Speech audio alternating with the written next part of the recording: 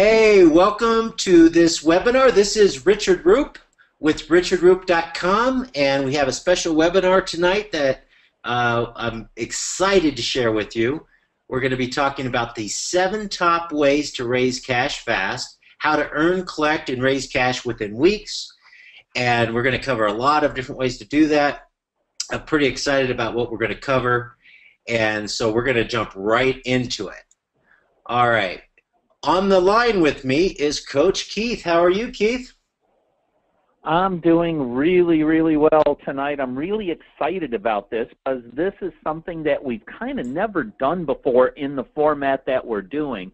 So I'm really excited about tonight's webinar.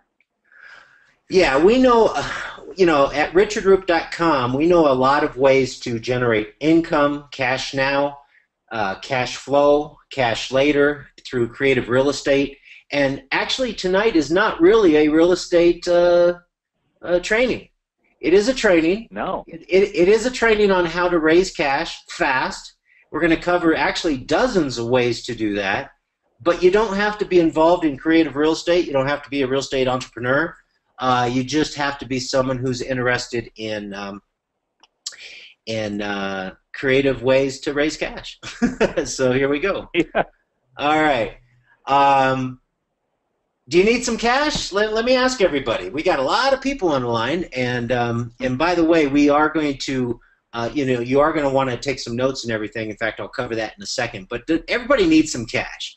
Do you need some cash to pay off some bills, to take a long overdue family vacation? I can say that. Yes to that one. Do you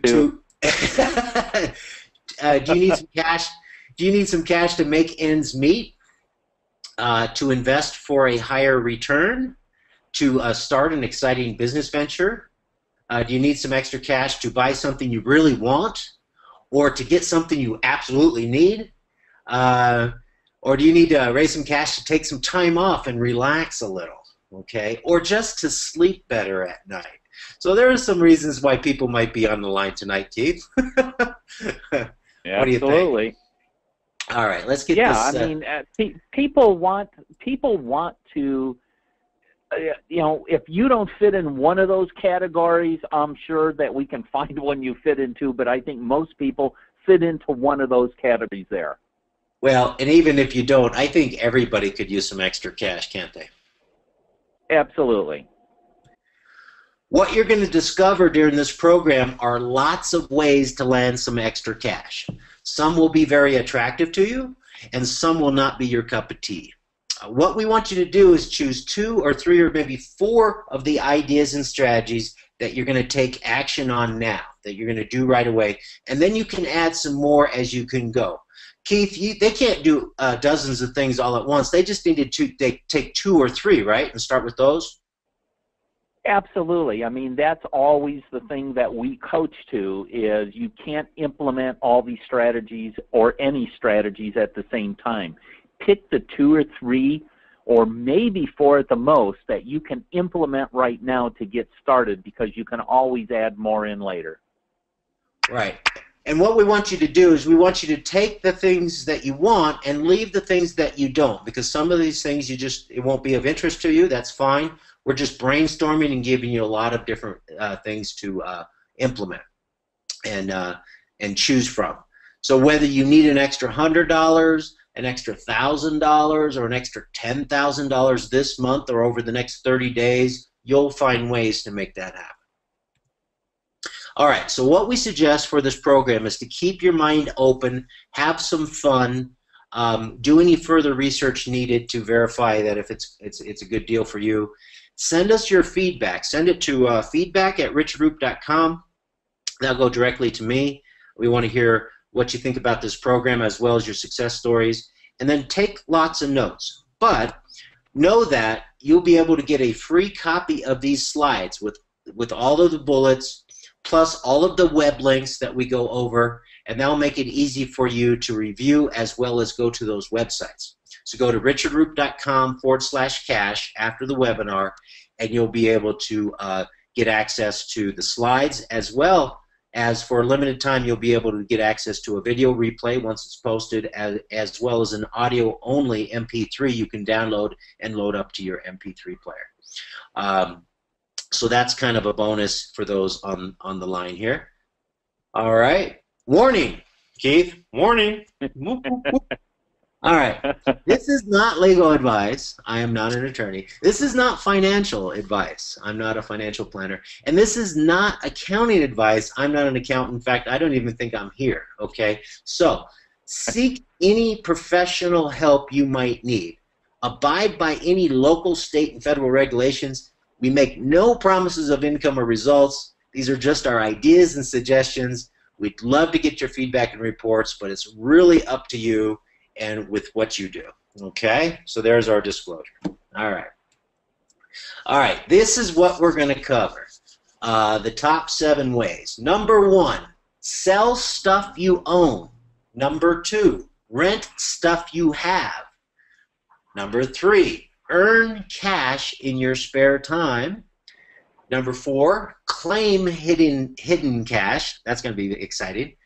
Number 5, in fact, I made over $9,800 yesterday using that strategy.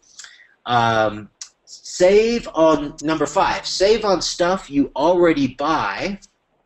And number 6, collect money owed to you. And number 7, raise capital to invest. So these are a lot of different ways and with different angles on how you can raise some fast cash.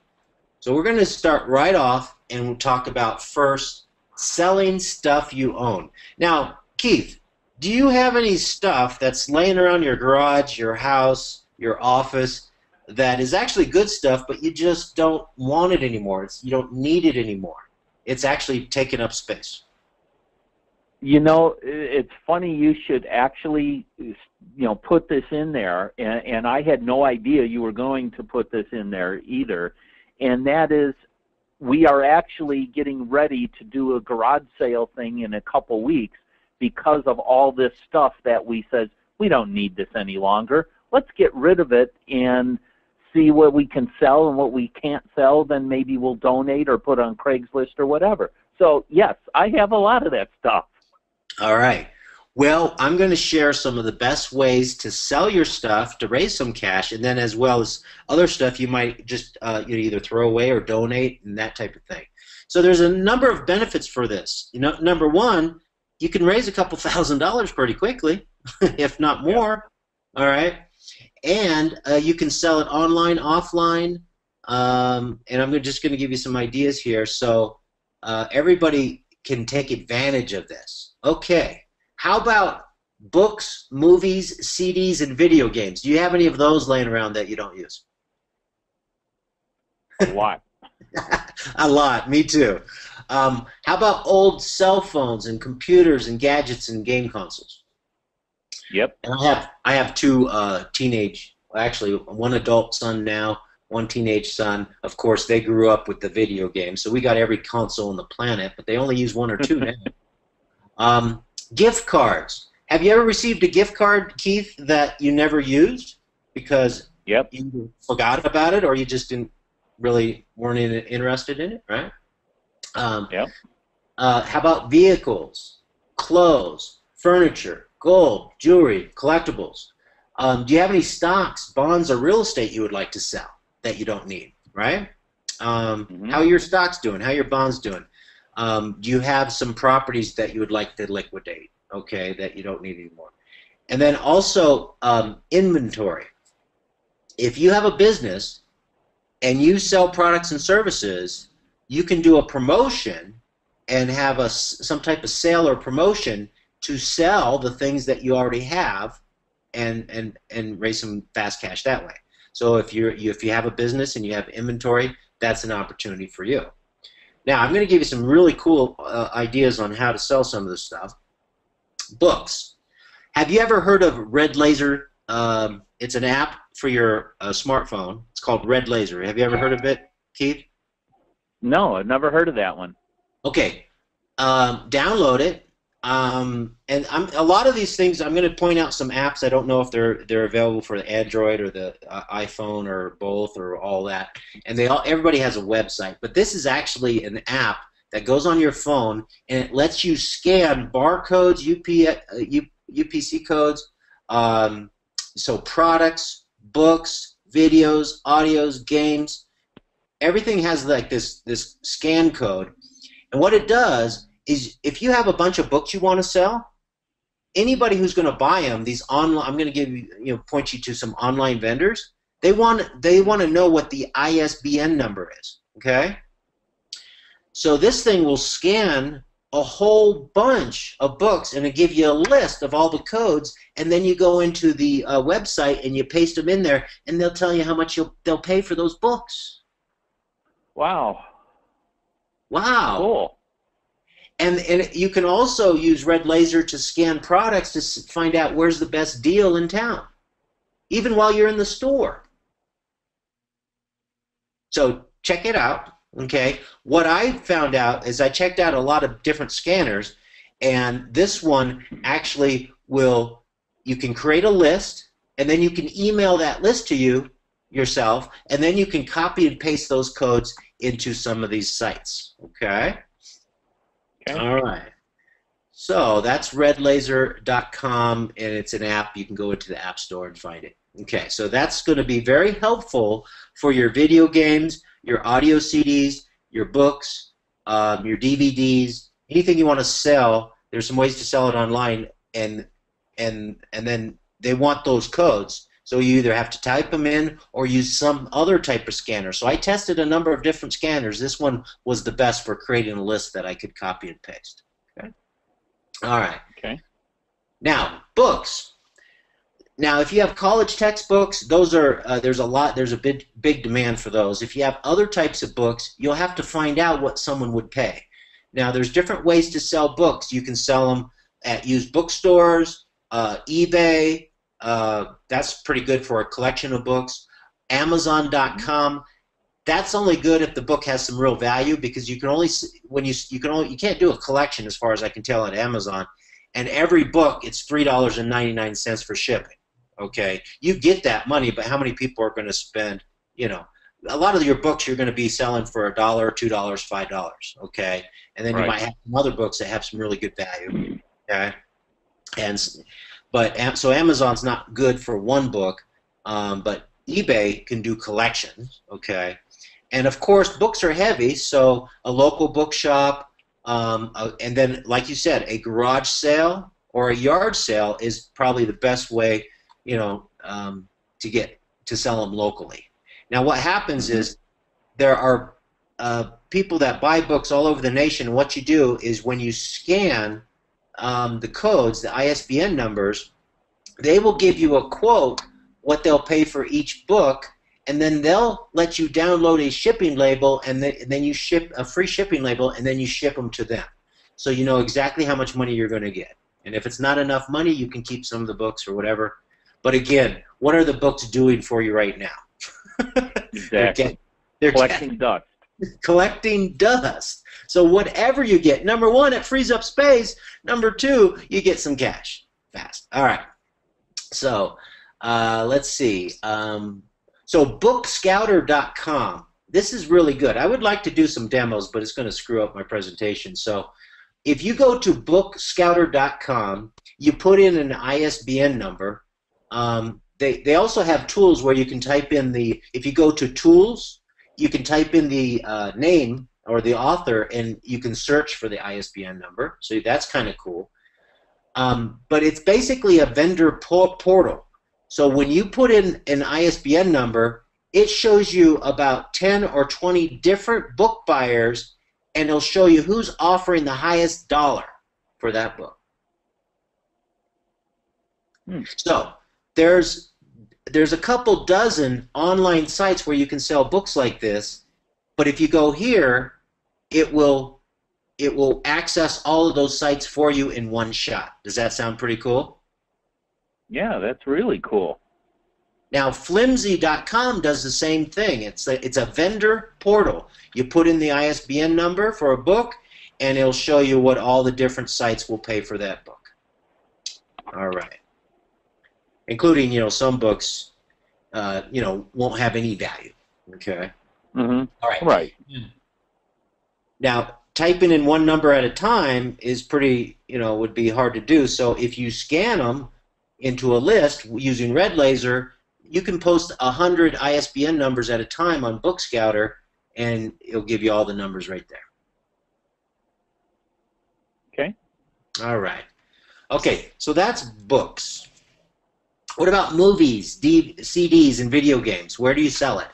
Again, a good place would be a garage or yard sale. That's where you're probably going to get the most money. Also on Craigslist. Craigslist, I saw a guy selling like 20 DVDs for 20 bucks. I think you can get $1 or $2 for DVDs on Craigslist. If they're specialty items, you can sell them to some of these other sources that will pay more. And how do you find out? I'll tell you. eBay, DVDs. You can't sell VHS tapes anymore on eBay. There's just no market for it. So VHS tapes would be good for a garage sale or yard sale. You get 50 cents or $1 maybe, for tapes. Even 25 cents would be better than throwing it away. Okay. However, right. LaserdiscVault.com, if you have certain types of VHS tapes, they will buy them. So go to that website and check out what types of programs they buy. Okay, and that's the only one online that I found. So it's normally going to sell it locally. Now DVDs, CDs, audio CDs, and games. DVDs. Don't we get a whole collection of DVDs that we watch once, maybe twice, and then never again, right? All the time. All the time.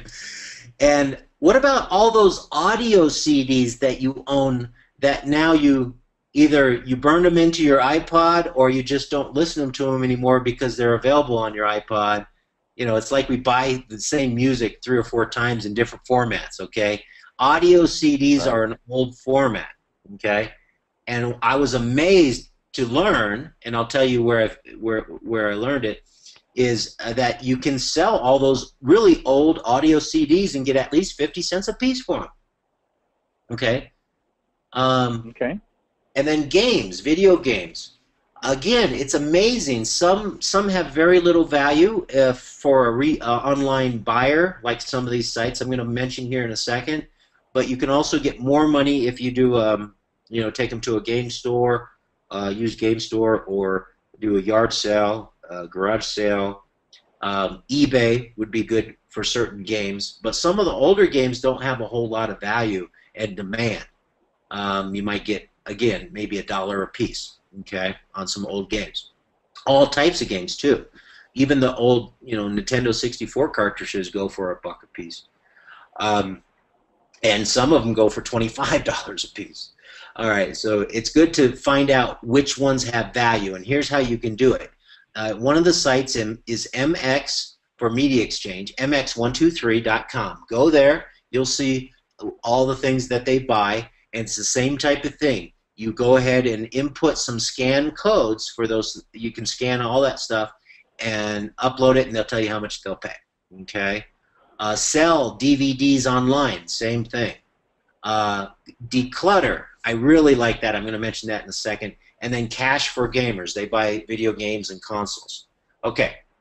Now, declutter.com, it's an app.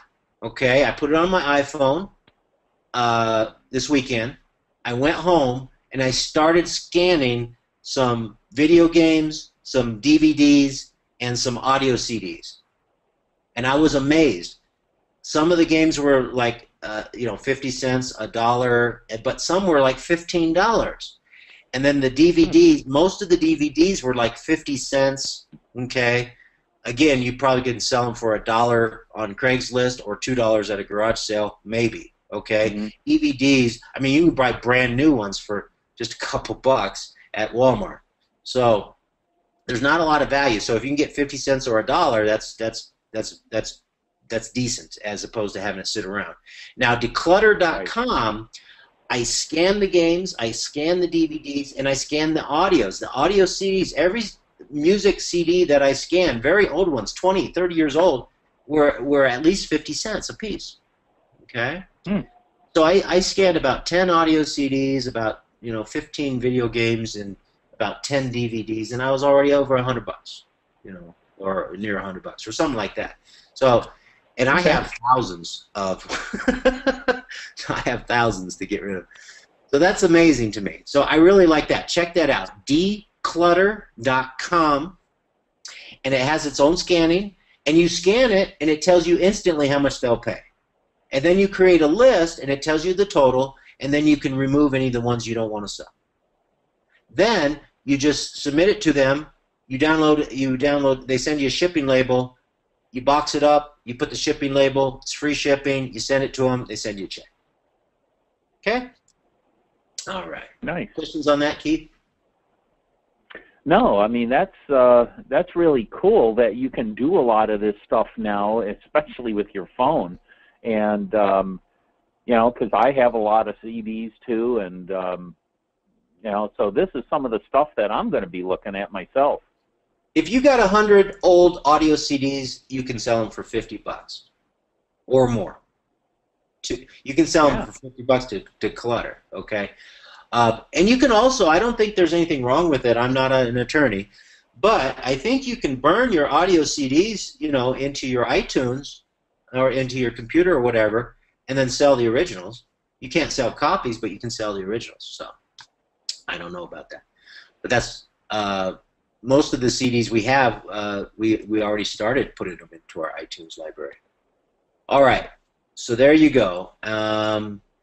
Now, what are you going to do about movies? Well, we'll talk about that later, and games and stuff like that. Okay. All right. Next, you got some phones, some gadgets. I have an iPhone 5. Now they just came out with the 6, and I have an iPhone 4, and it's just sitting around. I went online to some of these sites, and I can get like $40 to $60 for it, and it's just trash. Okay. So usell.com, they buy phones and video games. Flipsy, besides books, they buy phones, Macs, game consoles, iPods, that type of thing. Glide.com, phones, tablets, Macs, and video games. And Gazelle.com, phones, tablets, and Macs. They all work kind of the same way. You can go there and you can buy or you can sell, and just sell your old stuff. And if you want something cheap, why buy it new when you can get it used? So you can actually buy used stuff there too. So that's pretty cool. Oh, this is really exciting for me, and I'm going to demonstrate this a couple times during this presentation, but discounted gift cards. Discounted gift cards is a great way to save money, but if you have some, so you can buy cards that you want to use at a discount, and you can sell the ones you don't want to use for up to 92% of their face value, depending on the card. So if you go to giftcardgranny.com, again, it's a vendor portal. So I found all of these sites, and guess what? I found one site that will go to all of those sites and pull the prices off them. So if you want to sell a gift card, you put it in there, and it'll tell you what the sites will pay, all of them, all the ones that they're connected with, which are all the main ones. Okay, so it's a vendor portal for both selling gift cards and buying gift cards at a discount, which we're going to talk about. Because if you can save money buying stuff you're already buying from the same stores you're already buying from, and instead of spending $100, you spend $90, you save $10 doing nothing, really. Okay, or I'm going to show you how to save between 30 and 47% on all of your dining. Whenever you go out to eat, you can save up to 47%. I'll show you exactly how to do that tonight. Okay. All right. So vendor portal. It also has some great filters, so you can do the physical cards or the online cards. So I'm going to show you how to save up to 75% shopping online for stuff you're already buying. And so saving money is one thing, but if you're going to buy online, you can use an electronic code. If you're going to go to the store, you might want a physical card. Okay, so you can buy physical or online. I do all my shopping now, and I'll tell you why, online if I can, because I save tons of money and I find the best deals. So, and I just started doing that. I just learned this. Okay, that's why we're doing this program. All right. So the vendor portal has great filters on, certain all the different sites, as well as the you can filter by the discount, by the amount of the discard, how many dollars are on it, that type of thing. And they have an app, and the app works really good. Okay, so go to the website, but also if you like it, get the app and check that out. It worked just as Okay. good. All right. All right. So that's selling your unwanted gift cards. All right. Just turn them into cash. All right. You can also sell them on eBay, but did I put that up there? Let's see. Yeah, I would say that's the good way to go. But you can sell them on eBay and stuff like that too. All right. What about selling your stuff local? Like you said, Keith, you are decluttering your house, so you're going to have a garage sale. Okay, that's a good way to sell stuff locally. Flea markets and swap meets. If you have stuff, you can go. You could go to. We just had a community-wide garage sale. People brought all their junk, and then they sold half of it, and then I don't know what they did with the other half. But you might have some flea markets or swap meets. Now, we have a farmers market once a week, and if you didn't have anything to do on Friday during the farmers market, and you wanted to go down and get a booth and sell something, I could tell you, you can go to, and I did that. I shopped online for this, but you can buy water bottles of water, like 16 ounces of water, name brand water, bottled water. You can buy them like in cases of 24 bottles and 36 bottles, and you can buy them for as little as 10 to 15 cents a piece.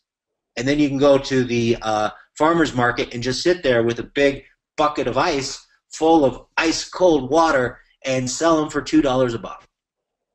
There you go. That's what is it? That's 10 times markup. All right, and then if you want to, and then you could do other things. You could be on your phone. You could have your laptop. You could be passing out flyers. You could be promoting your real estate business. You could be doing other things. But that's just a simple, easy thing. Sell bottled water at flea markets, swap meets, farmers markets. And because you buy it cheap, and if you have on a hot day and you have thirsty people, they'll spend $2 for 16 ounces, and they'll also spend $1 for the 10-ounce bottles. Okay, which are all right, and of course you can get sodas and stuff real cheap and do the same thing.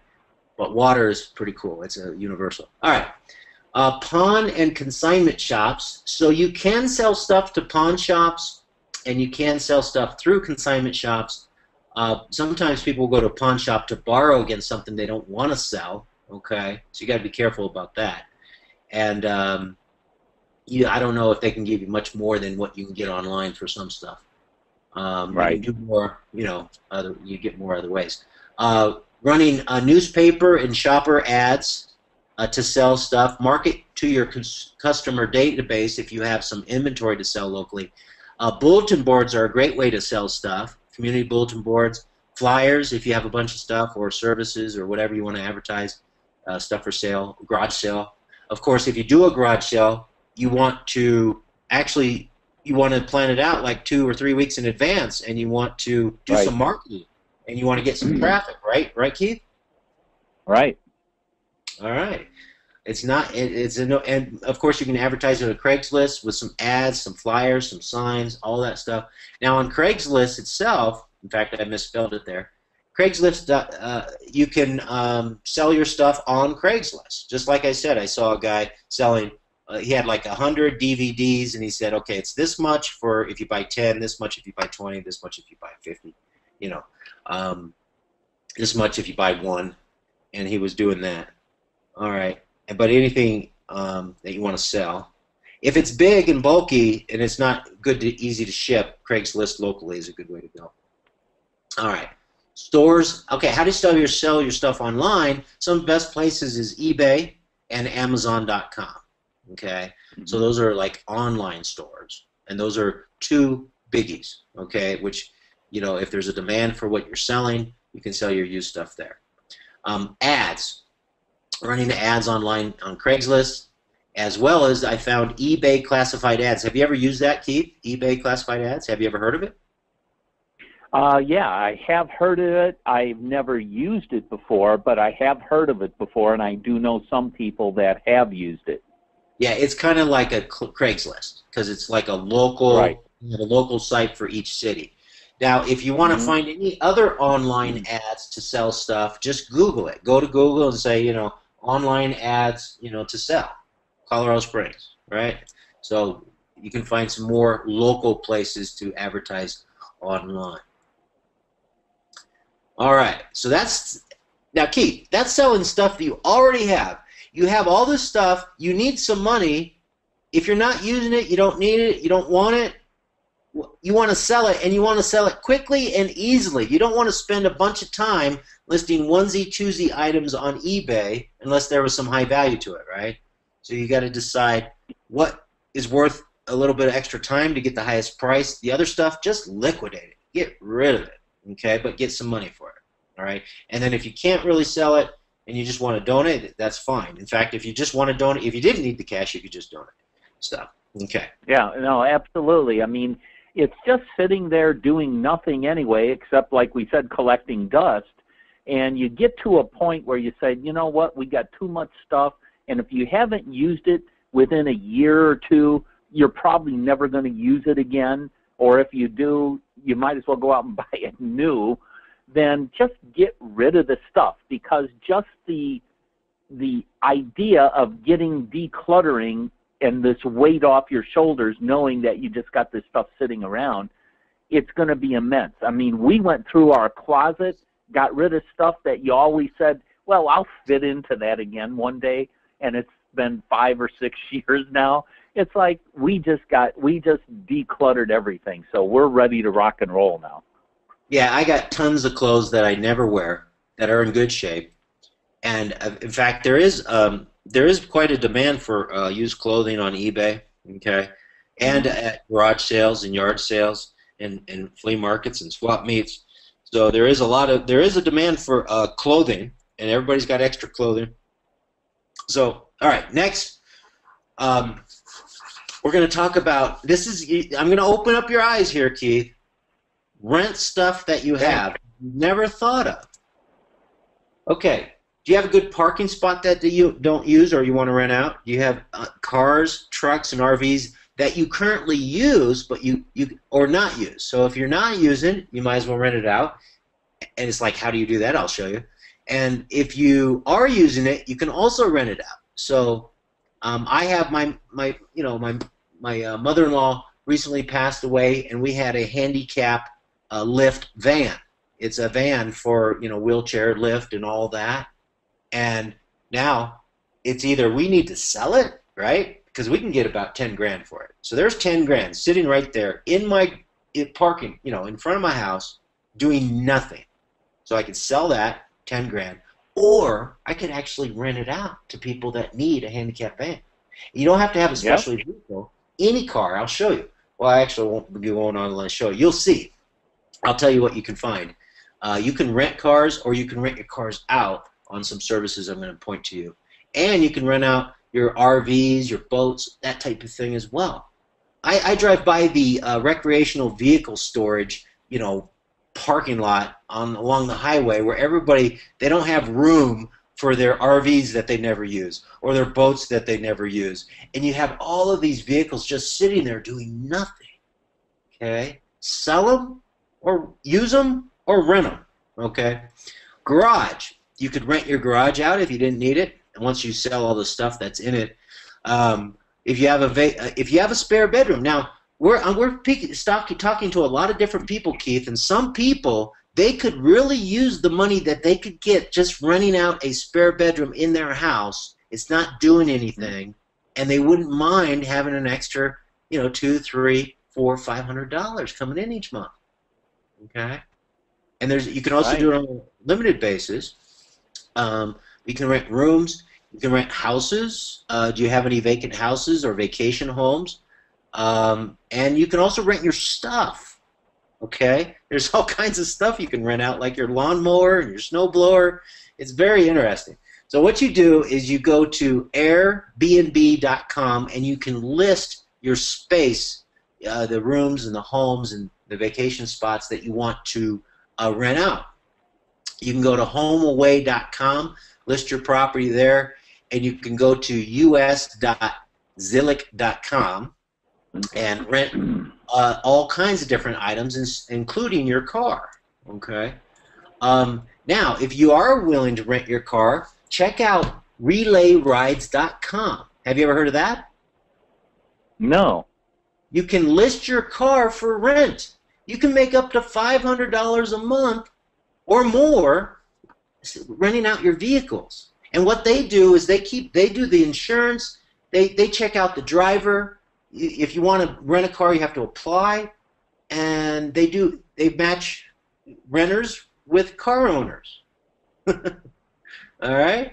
Wow. So if you ever needed a car, especially if you wanted to have a fun car for a weekend, like a Maserati or something, or you could rent a car or list a car. Or if you needed, let's say you needed a truck or a van, So you could always go to the car rental place, but you can rent your car out without being in the car rental business. Relayrrides.com.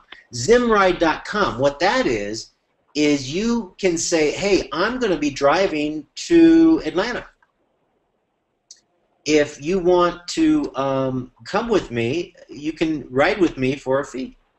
And it's basically like splitting the cost. So number one, you could save money, if you had a free seat in your vehicle when you're going someplace. It could be local or long distance. So you can grab a ride or you can post a ride. Okay? Lyft.com, you can get a ride or you can be a driver. So this is almost like getting paid in your spare time to drive people around locally. Lyft.com, and they have, and these guys, they have apps. So Lyft.com, I think you'll sign up and they'll tell you if you're a driver, you tell them when you're available, and then they'll notify you through the app that hey, you got a fare, I guess. You got someone who wants a lift. Okay. So if you have extra time, see, we're actually talking to several types of people here, Keith. People that have more money than they know what to do with, because they're doing the right things. Okay. And then there's people that need some extra cash, and there's some people that have more time than money. They have a lot of time for some reason. They have a lot of time. You need to turn that time into money. We say do high-level activities and make a lot of money, but if you don't have those skills yet, or you don't know what to do what you can to turn your idle time into cash. Right. So let's earn some cash in your spare time. Okay? That's our next topic. Number one. Oh, this is a bad slide. There it is. That's a good slide. Okay, so you can freelance for cash. Okay, freelancing is doing things you like to do, that you're good at, and that you want to do. Right, Keith? Yeah, I mean, absolutely, because if you have a talent and you like computers and you do websites, or you're a good copywriter, let's say, or you write emails, anything you can do will fit into any of these categories. Yeah. So you would not want to let people know that you do this type of work if you didn't want to do it. Okay. Maybe you're desperate and you'll do it anyways. Okay. We call those odd jobs. But freelancing is really deciding what you want to offer to the public and do things that you're really good at. So elance.com, you can find talent, and if you're talented, you can find gigs. elance.com. Freelancer.com, you can hire someone or you can get work. Guru.com, you can find a job or you can post a job. And odesk.com, you can post a job or browse the existing jobs. So we've shared, with real estate entrepreneurs and real estate investors and marketing entrepreneurs and online marketers, people that run a small home-based business or a large home-based business or a large business itself. To make more money, we show people how to get to level 3, what we call level 3, and that is, leveraging yourself with other people, with delegation, with outsourcing, with systems. That's how you make the big bucks and build a business. All right. So we've been teaching for years. Hey, if you're doing something that you don't want to do, get someone else to do it. Or if you want something done and you just don't know how to do it, well, you can find someone on some of these sites that will do it. Simple things that you might spend 3 hours trying to figure out with the Microsoft Excel. How do I do this thing in Microsoft Excel? And you could post it online and have it done in 30 minutes. You know, so there's a lot of opportunity there if you need help. But if you can provide help, you can make some cash. Other things you can do: perform tasks that you love for cash. Fiverr.com is very interesting. Yep. You can hire someone to do all types of things for $5. Okay, now, or you can perform tasks for $5. Well, I got to tell you, some people have figured out how to do something within 30 seconds or a minute, or maybe 2 minutes, and get $5 for it. Okay. So, and the other things might take them 15 minutes or even an hour to get $5. It depends on what you think your time is worth. Okay, and if you have free time, it's worth whatever you can collect. But you can do really good. You can get some ideas. Go to Fiverr.com, and there you'll see what people are buying and what they're paying for. And if you can do the same thing, you could then get people to hire you to do it, and you can perform it. And it'd be, again, things that wouldn't take much time, and you get $5. Usually, it's like hey, I'll do this for $5, but I'll expand on it and do this for like $25. And so they have an upsell. So check that out. It's pretty cool. TaskRabbit.com. Just go ahead and check that out. There's different tasks that you can hire people to do or perform and get paid. Okay, TaskRabbit.com. A lot of these are very similar. It's like buying and selling. It's like, work or hire. These portal sites, they hook people up, and then they take 10%, 15%, sometimes 20% of the fees collected, okay, of the money made for finding you the work. AgentAnything.com, very interesting. You can post a mission or you can run a mission, and that's like doing things for folks, like going to their house and waiting for the cable guy to show up. People will pay you to do that.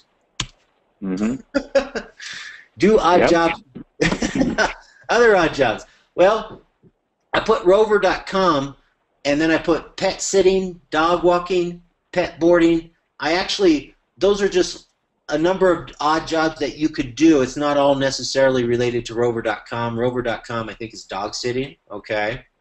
If you love dogs, or if you would like to, sit for dogs, if you would be willing to go to someone's house and sit, watch their dog, there's people that'll pay you to do that. You can bring them to your house. You can board them. You can do dog grooming. There's all kinds of things if you love animals and you have those skills, or you want to do that. It doesn't take too much skills to walk dogs, by the way. You got to be a pooper scooper. All right. So mindahome.com, again, not all related to this site, but house sitting, handyman and repairs, providing moving help. Okay, those are odd jobs you can do, help people out. You could there's a number of ways to advertise them. You can go to some of these sites that will find you this work, and you can also advertise on Craigslist and with flyers and stuff like that. Peopleperhour.com. You can buy services, but you can sell your services. Peopleperhour.com. And this should be, you should start using this list of things that are not on this list that you would like to do. So maybe you would like to fix lawnmowers, maybe you'd like to mow lawns, maybe you'd like to shovel snow, maybe things that are not on this list that you'd be willing to do. Handyman work, okay. I'm not into manual labor at all, but some people are, okay. I'd rather write a check and have someone else do it. All right, so care.com is, again, to help you brainstorm: child care, babysitting, house sitting, house cleaning, pet care, running errands, taking care of the visiting the elderly. Go to care.com. They have those type of things. Craigslist.com. If there's some type of service that you want to do, post it on Craigslist. It's good for local services. I got to tell you, the guy who does my landscaping, Keith, he sent me a flyer. It was in every door direct mail. Every door direct mail. It's standard mail. It's bulk mail. It goes to every door. He ordered these flyers to go to like one carrier route, like because I talked to him about it, like 260 homes. Okay. He thought it was a great return on his investment because he got a whole bunch of jobs just doing 238 homes, offering lawn care and other services. Okay. Well, here's the deal. It was cardstock. It was 8.5 by 11. He had the one side was blank, and the other side had his message that he could have fit into a classified ad. Okay. Now I told him, next time you do this, why don't you get an advertising partner, fill up the backspace, right, and charge them 75% of the cost, or half the cost. But there was there's enough room on that flyer card to have 4 advertisers, and you can get 3 advertisers, have them each pay a third, and you advertise for free. So that's one way. It's called Every Door Direct Mail. You can check that out. All right, and you could also do Craigslist. All right. So that is doing odd jobs and performing tasks you like, freelancing, turning your spare time into cash. Now, this is exciting, Keith. Claim hidden cash. Okay. All right. Well, we'll get to the exciting part in a minute because, again, I want you to brainstorm some things you think you might not think about. I'm giving you a whole bunch of things that you could do right away. I have a jar for change right next to my door. I come home, I empty my change out of my pocket. I never spend it. I never sort it. I never roll it up and send it to the bank. It's just change. Okay? Right. So recently my wife went ahead and she took that jar, and it was like just a coffee can, halfway full. She took it to the bank, and it was like $100. Okay? And it was halfway full. I know. Okay? And the bank, they have a coin counter, and they did it for free. So just take it to your bank, do it for free.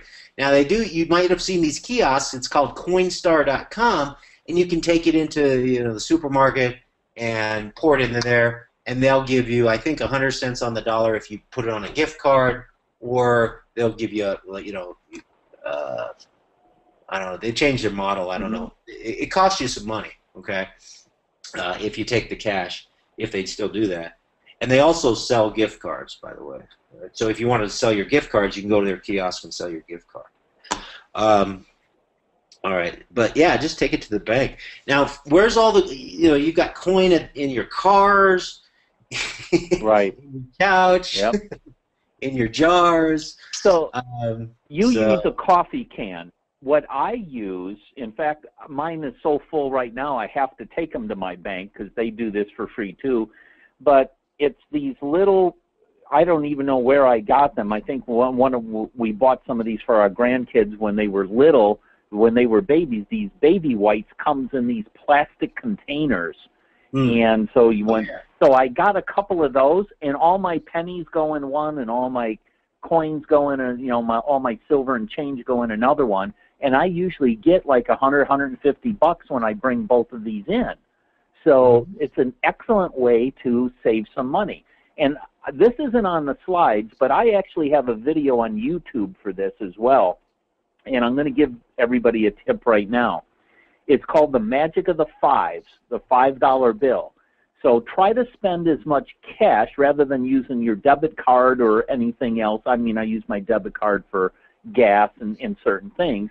But if you go out to a restaurant or you're just picking up something, try to use cash. But then save your $5 bills. Don't spend them. Put them in a drawer or something. I usually put them in an envelope. Then when I get $100, I paper clip them together. But just by saving your $5 bills and not spending them gives you spending cash. Or right now, we're taking a vacation, an actual cruise in a couple weeks, the middle of October, just because we saved our $5 bills. All right, so I got a habit. Just don't spend any $5 bills. Just bring them home, save them. You've accumulated a bunch of cash that you can do something exciting with. Okay? Exactly. Tonight, we're talking about rating those $5 bills. Yep. Okay, that's your hidden cash. We're talking about you need some cash. Go get those $5 bills and use it if you need it. Right? There you go. Well, it's good that you set that up, and as people have that extra money, they should do that. There's a lot of good ways to save money like that, and that's a great one. Thanks for sharing that. But now what we got to figure out is how to find the money we already got if we need it and want it. So, spare change, okay, cash that in. Sell your gift cards. Okay, again, giftcardgranny.com. It's a portal of the top vendors who buy, and they'll pay up to 92% of the face value. And you can also sell them on eBay. So I guess I covered that twice. Collect refundable deposits. Sometimes a company will charge you a deposit if you don't have perfect credit or if you have bad credit, like a utility company. They might charge you a deposit, right? And maybe you think you're not going to get that deposit back, because I think one company here, I think it's an electric company, if you have bad credit, it's a $300 deposit. Well, you might think that that's until you move. No. Sometimes, as long as you have a good track record, if you've established a history with them, they'll give you that money back. Yep. Okay? So some deposits are temporary, and you can claim them. Okay? At utility companies, merchant services, different things where they might, take a refundable deposit or some type of deposit. Get your deposit back. Not necessarily a security deposit that, that has to stay. If you're renting, that usually stays until after you move out. But if it's something just because you didn't have a track record, check on that and see if you can get those deposits back. All right, what about unclaimed property? Now, I don't know if you have any of these, but you can go to these websites and check it out. Okay. Now, some of these web links are hard to write down. So again, go to richardroop.com/cash, and we'll send you the slides with these links, and you can just click on the links too. Unclaimed pensions.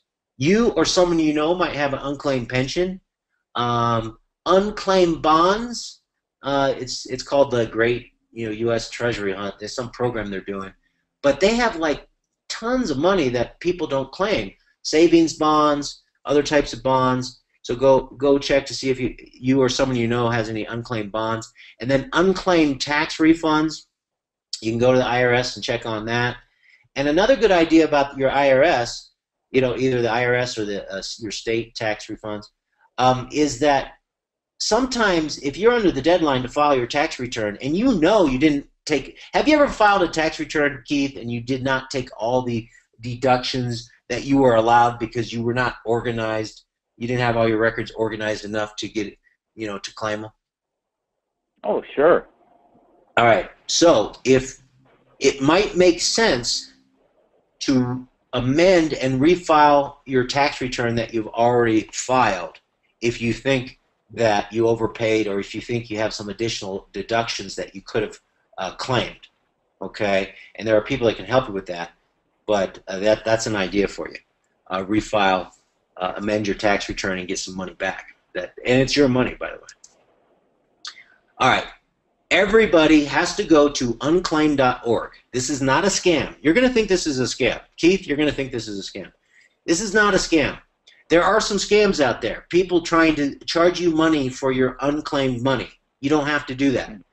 Go directly to the source. Unclaimed.org is a portal, another portal, that will link you to each government office in each state, not all, just about all states, where you can find out if you have any unclaimed property.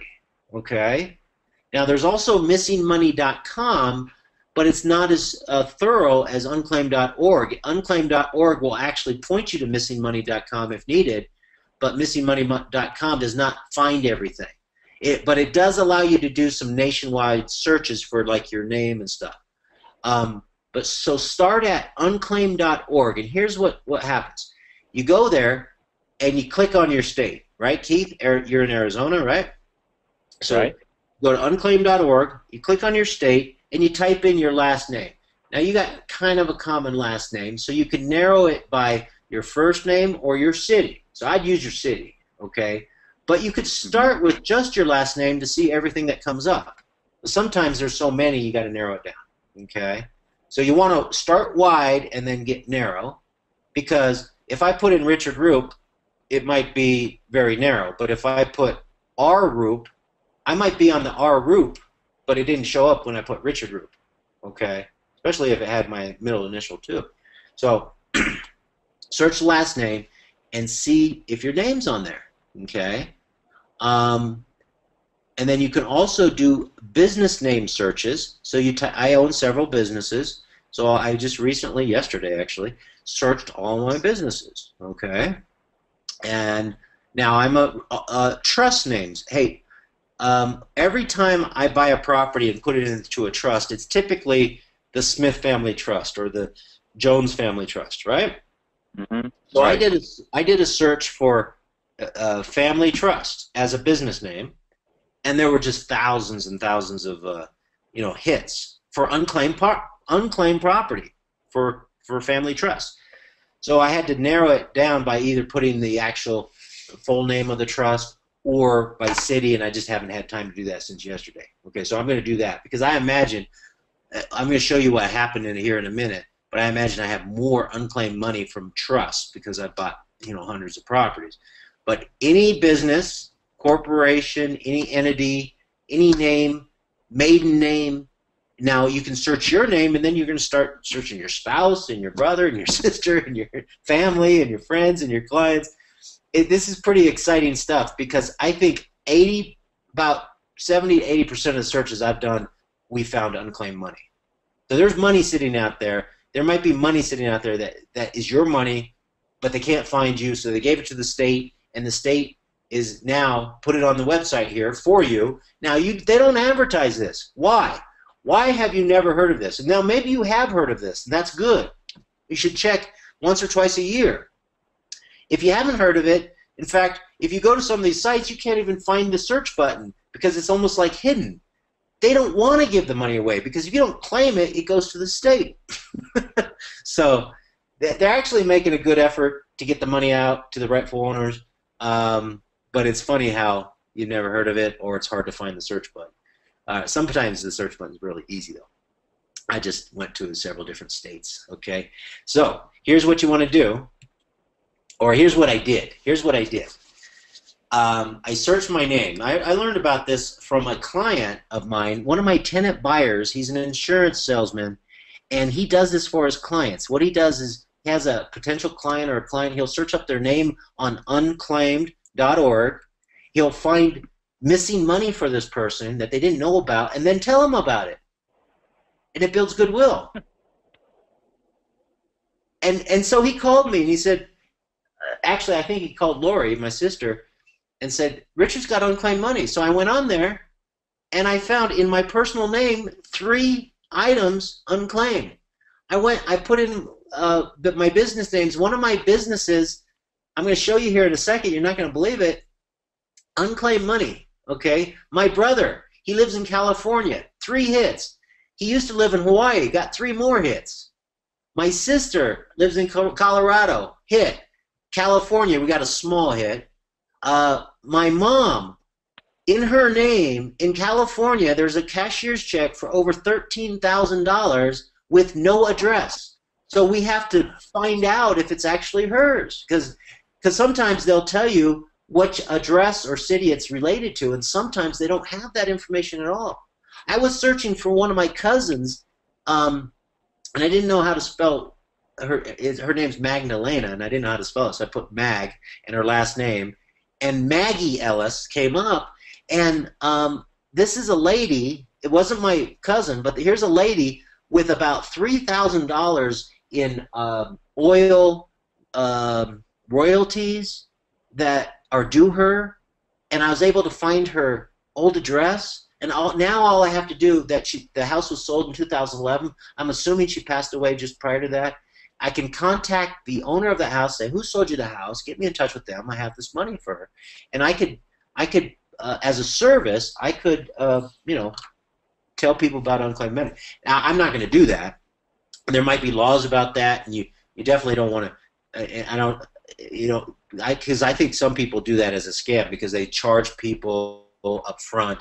I would Right. actually say, look, you got $3,000. Here's the type of things. I'm going to tell you where to get it. Go to unclaimed.org. I'm a private, investigator who searches. I'm a private, unclaimed, researcher, and people usually pay me 10% of the money that they get when they receive it. Here's where to go get it. Would you be willing to do that? And you have no control over it, but people would be happy to do that. So that's just, I always look at these income opportunities. But me and my wife had fun last night just searching for everybody, and I got hit after hit after hit. So here's one of my hits. Yesterday, I put in, because like last week I put in my name, but I didn't notice the business search. So I put in my business, and guess what came up? I have bottom line. Let's see. I got $65. It's hard to tell here. I got $65 on the first one. That's MetLife, I believe. No, it's not MetLife. That is, what is that? I don't know what that is. $65. And then First Merchant Services, $9,800, Keith. Wow. I found this yesterday. I printed out the forms. All I got to do, I got them right here. And it's really easy to claim. So you print out the forms, and then if it's over $100, which this is, you have to have it notarized. And you got it, and then you just send it in. And they send you a check. All right, and then I got another one for $26.31. So I had three items totaling $9,891.31 that I found yesterday getting ready for this webinar, because I was so excited about finding $150 last week in my personal. All right, here's my personal name. Yeah, I got here's one for $12.20, $14.03, and $114.16, totaling $140. So I printed out that form. I still haven't sent it in yet. I'm busy. All right, here's my brother, Sean Roop. This is where I told you we found over $160 by searching California and his previous state, Hawaii. Okay, and this we just did this. We just found this, and then so I searched friends and family, and it's very exciting. So everybody's got to go to unclaimed.org and do their searches and see what happens. It's like a little treasure hunt. Fun stuff, eh? Yeah, absolutely. I think we found some money in your name. I think we looked, Keith. You're going to have to research that. Oh, right. I definitely will. I looked up my staff. And then I told the staff this morning during our staff call. The coaches, only Coach Courtney's on our staff call. It's all of our other staff. Mark and Keith are not on our weekly call. But on our weekly call this morning, I shared this with everybody, and they freaked out. They got so excited. So everybody should do that. And you should do it once or twice a year at least. And you might be able to use it as building goodwill, with customers and clients and of course, Sure. friends and family. Okay, so it's great. It's great. Share that with everybody. All right.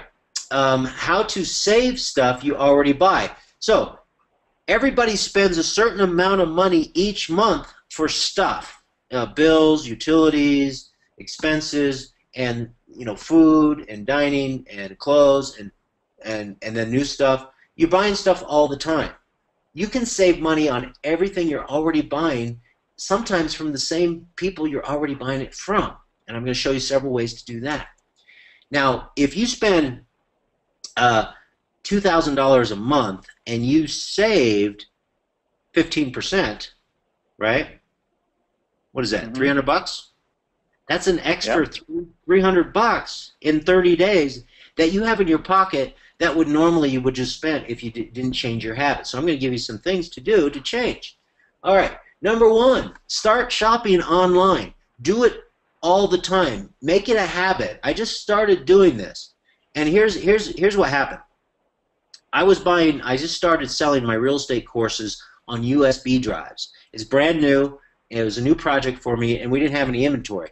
So I went to Walmart, Keith. I went to Walmart, and I bought some some USB drives. I think 8 GB. You know, for like Okay. 8 GB for like the cheapest I could find like $10 or something. Okay, and so they've come down Okay. in price, but you know that's pretty good, $10. So I bought like a dozen of them or whatever, and so because I'm setting up a system for this, and then I needed some more. So I started using a cashback hub, my cashbackhub.com. I started using that to get cash back when I buy stuff online, including Walmart.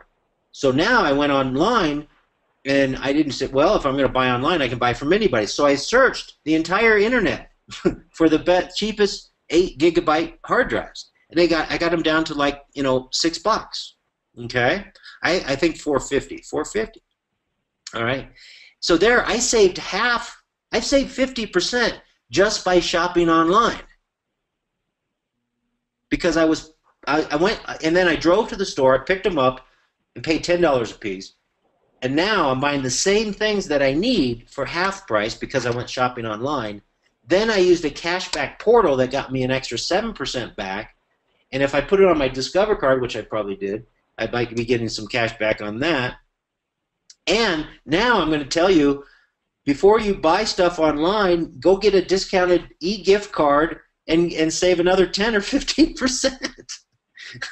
Oh, wow. All right, so here, this is fun, man. So shop online more often for anything. Plan ahead. When I ordered from Walmart.com, if I ordered more than $50, it was free delivery. I got to tell you, it cost money for me and time to drive down there and pick it up, or even go shopping down there. I did it online, and I got free shipping, and I had it. They said 7 to 10 days or something. I had it in 3 days. Okay, I could have paid more for faster shipping. I said no, free shipping. I had it in actually 2 packages. One was 3 days, one was like 5 days. So you can have free Wow. delivery. A lot of online stores, because I'm talking about buying from the people you're already buying, the stores you're already visiting, but buy online. Okay, so they usually have a free, like Sears, has a free in-store pickup. Home Depot, Lowe's, different, Right. Best Buy. So they either offer shipping for free, or they'll ship for a cost, or you can pick it up for free in the store. There's different things. I'm just going to have it shipped. Okay. Um, Mm-hmm. all right, and that's another time saver. Okay, because there is a cost of time and gas and all that. So plan ahead. If you don't need it today, then order it online and get it next week. Okay. Search. You can search for the best prices. You can also find rebates and coupons associated with the things you're going to buy. Buy consumables or supplies like office supplies in bulk. So if it's something you're going to consume and use, you can buy even more of it and save by buying in bulk. So that's a way to save. Visit the store through an online cashback portal. Okay, so I use it's mycashbackhub.com. I'll show you that. It's in the slides.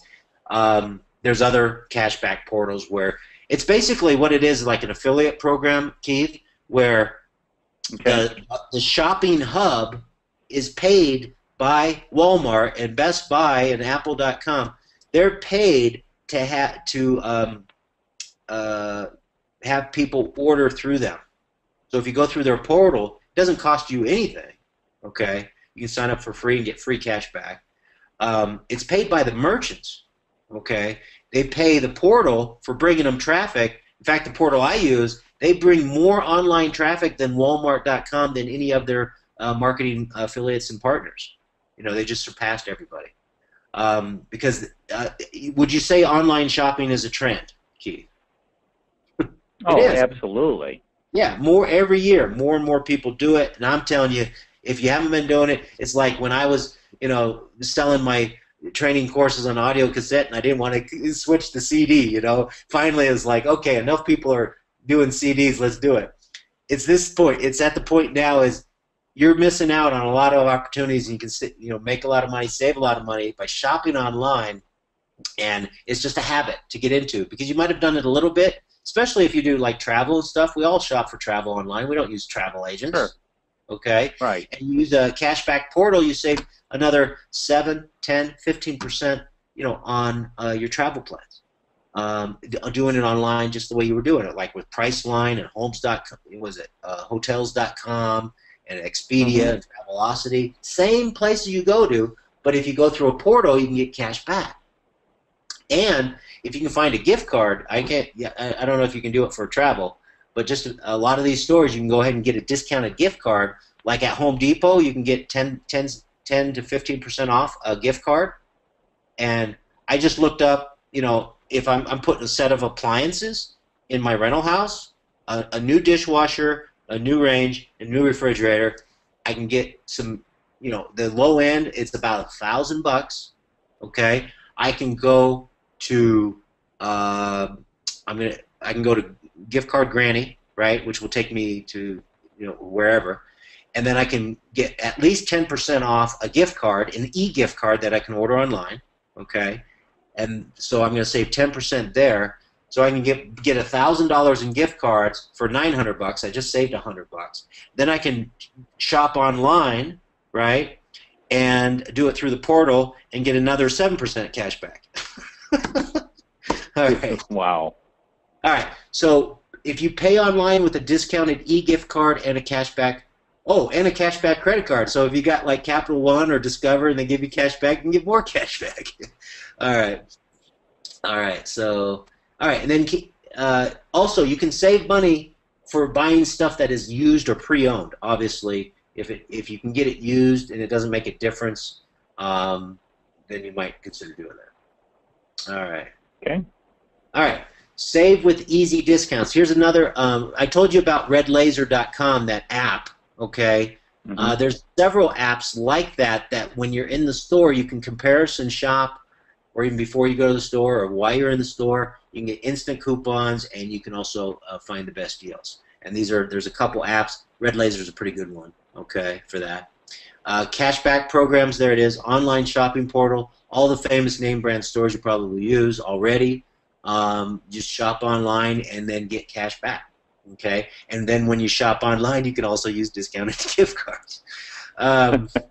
Download the browser tool. So there's a browser tool that if you install it in your browser, either Firefox or Chrome, when you Google stuff, home appliances, and different stores come up, it will show you the stores that you can get cash back on. So you can just use Google search as well, or you can just log in and go through their portal. So you can go both ways, and they are coming out with an app. They don't have one yet. They're in 15 different countries right now, and they just kind of launched in the U.S. recently, so it's pretty cool.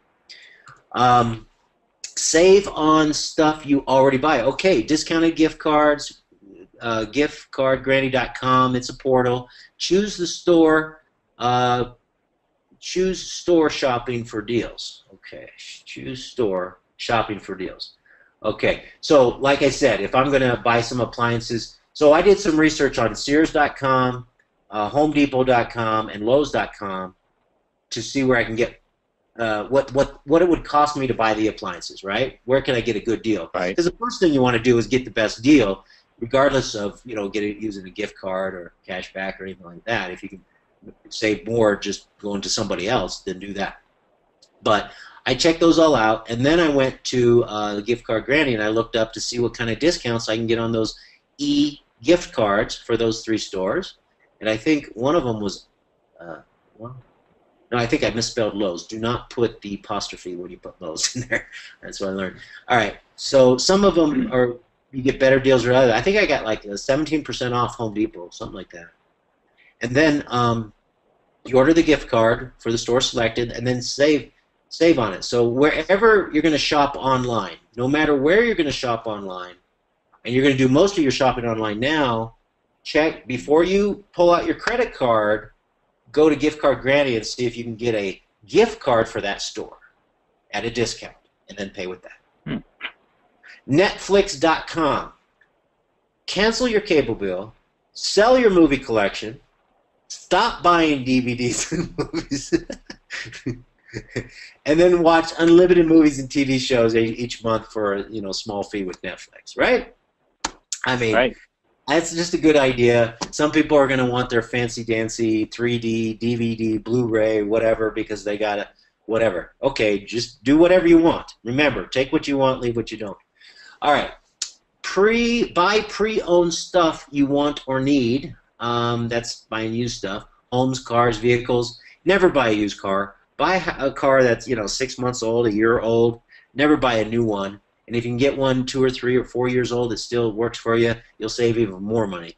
Cars, vehicles, homes. Buy a used home. You could build a home. You can buy a brand new built homes. I've done that many times. Personally, I bought brand new homes, and it's more of a feeling and all that.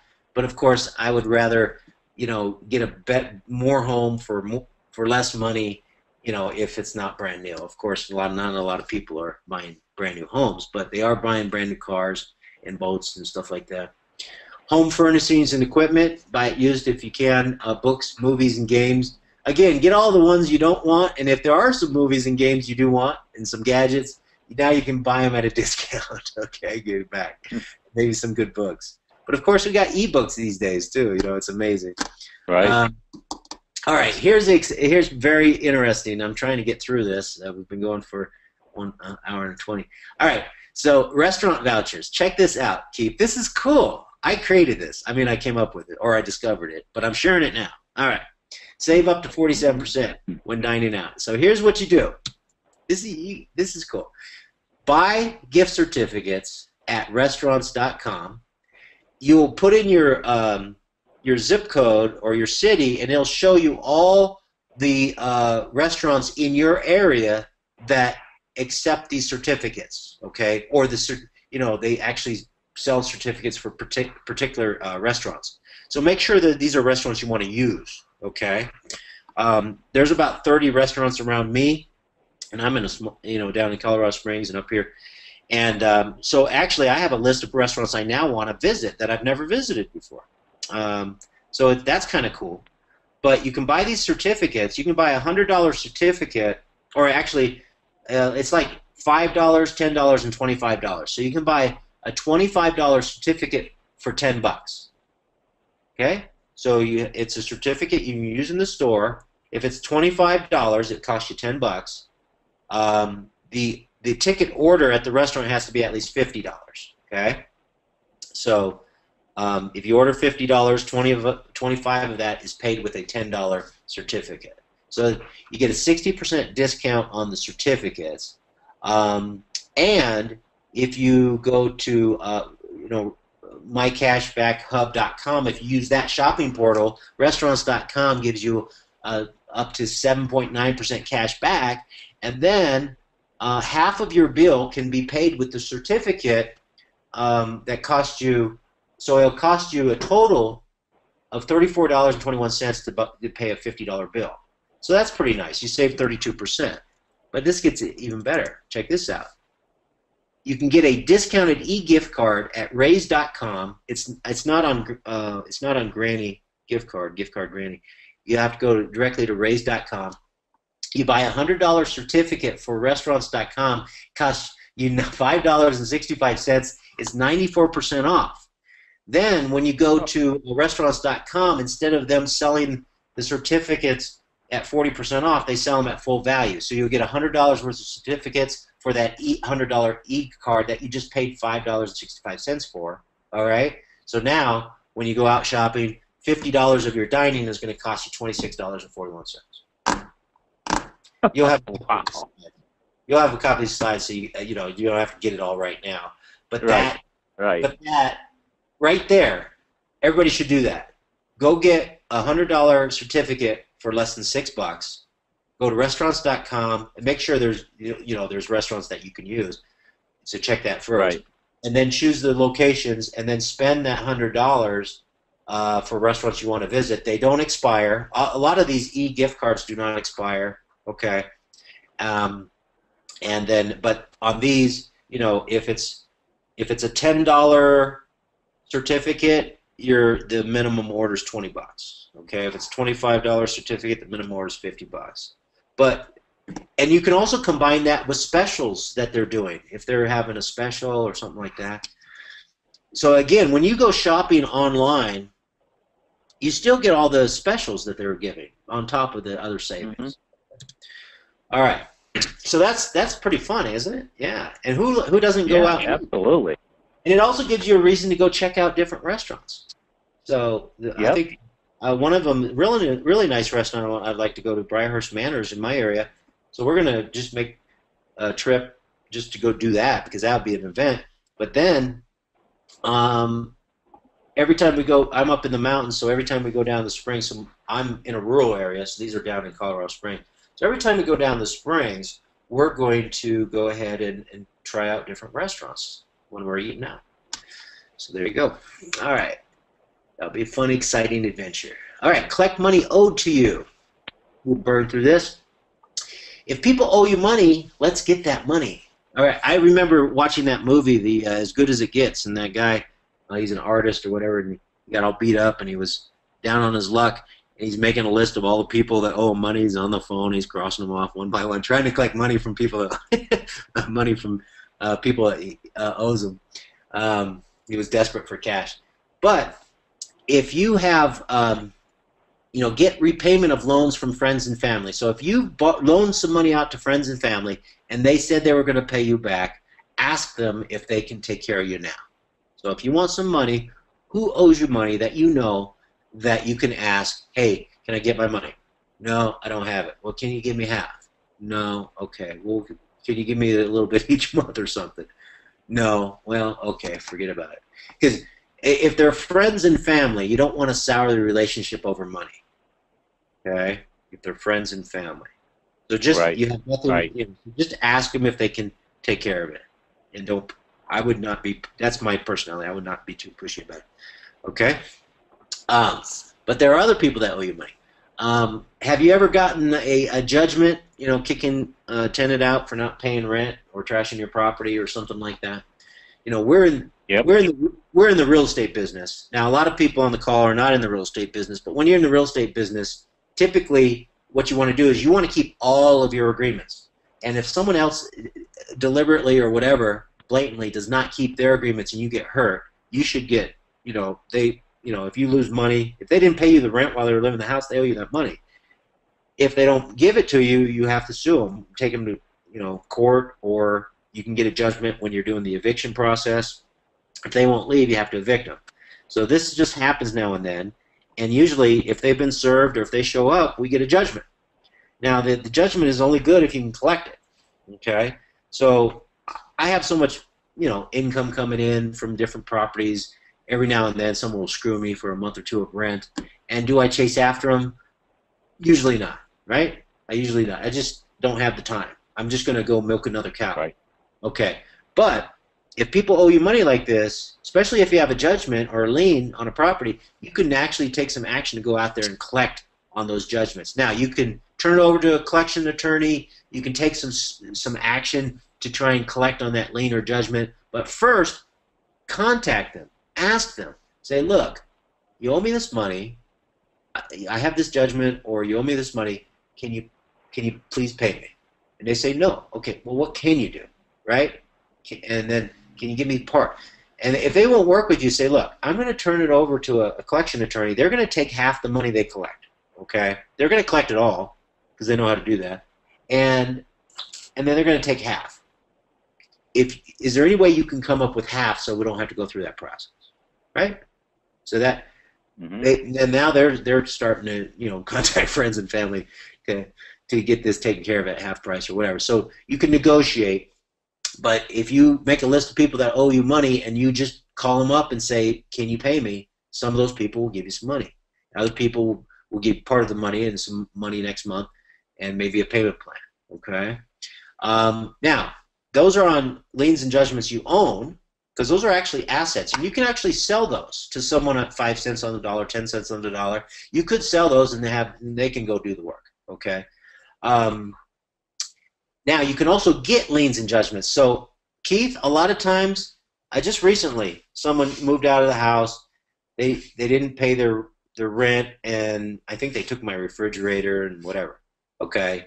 I wasn't. I usually just go milk another cow. But I could go and actually go to small claims courts, or hire an attorney, get a judgment, and then collect on the judgment. Okay?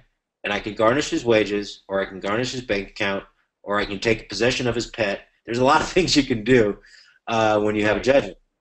But the first thing you do is ask them, will you take care of me? And if they say no, and it says, well, here's what I'm going to do, that's going to cost me time and money. Why don't we, is there any way we can settle this and try and get some of the money now, or a payment plan or whatever? Okay? So there's some ideas on collecting outstanding debts. Anything come up for you on that, Keith? No, I mean I'm with you. If it's worth the time and money to go after them, then fine. But otherwise, try to settle it first as quickly as possible, because that's the easiest way to doing it and the cheapest way of doing it. Even if you Yeah. can collect half of it or most of it, that's your best bet. Well, I'm just giving you ideas on what you can do to collect fast cash, and that's one way. Contact the people and Right. ask. You have nothing to lose. And if they won't cooperate, then you have a little process and time to go through. Yeah. Right. But it's not fair for them to not pay you money they owe. Okay. Um, Accounts receivable. This might be if you have some bounced checks.